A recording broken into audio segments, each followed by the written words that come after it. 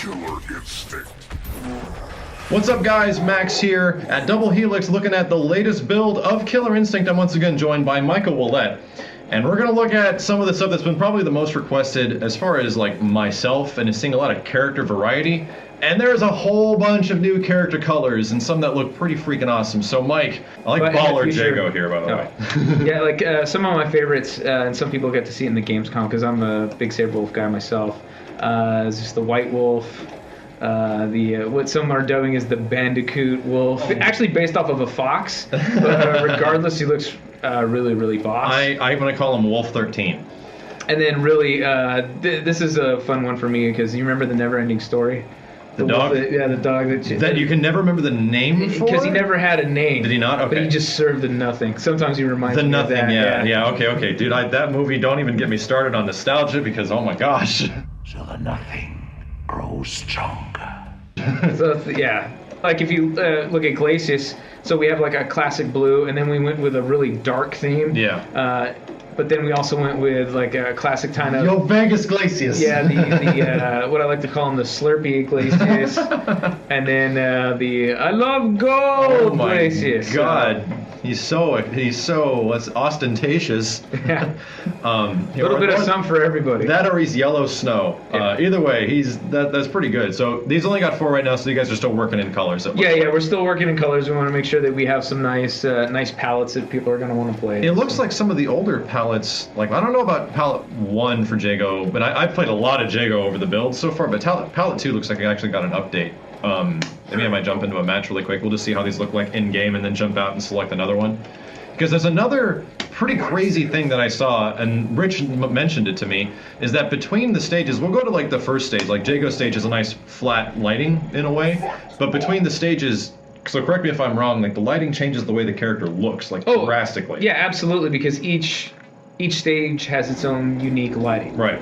So it has its own sets of character-specific lights. So depending on where you are in a stage, location-wise and which stage, it's going to have a different lighting scheme. I see what you mean. So, and those lighting schemes can kind of affect the way the character looks in a certain way. But we're fine. But yeah, Glacius, like, what's nice about this stage is that it kind of just reflects all the lighting, like the flat lighting that you see in like the character select screen. Let me see Glacius do cool stuff while it looks actually way more like solid gold than even was in the character select.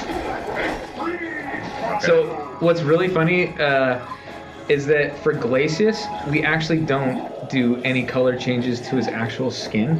It's the material on the inside because it's actually reflecting. Oh, then it's refracting basically whatever the color of the inner skeletal system is. So it's working naturally. Technically. Yeah, technically it's working naturally. So just a little, not that it makes any difference to anybody, but that's kind of the way it works. It's little things. It's the little things. It's because of the color of the skeletal system inside actually is what changes the color of the outside. I was about to say he's got like isn't rocks. It looks like bone sticking out of him now in a way because of the slight change to color there. Anyway, that looks pretty cool. So we got a couple of characters here. Let's go back to character select and grab a few more before we get a chance. Because this is the stuff that for some reason gets me really excited. Like seeing the little color differences and the different ways that I could like customize the character I really want to play as. Let's go to Wolf really quick because I want to see this one in action.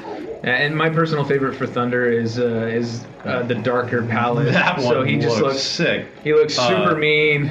It's like I'm just a big fan. It's just his eyes that you see, like piercing gaze. And this stage probably has the most dramatic lighting difference of any stage. We'll have some match videos for you guys to see like how dramatically this lighting actually changes everything. But this stage really has like a callback to me. I feel like I don't know if it was intentional. But somehow, through the process of this stage, that dog looks extra pissed, the things look like more similar to KI1 in a way. Like KI1 had a very distinct lighting, like a very large spotlight on a character with like a white highlight and then very dark backlight behind him. And in this stage, when you get to a certain point, like in the match, it looks kind of like Killer Instinct 1. It might just be me, but if we get a bit later here, I can possibly show it what I'm talking about. But a lot of people are really, really digging on Thunder. They're really digging on Thunder? Yeah, I can see the crazy potential.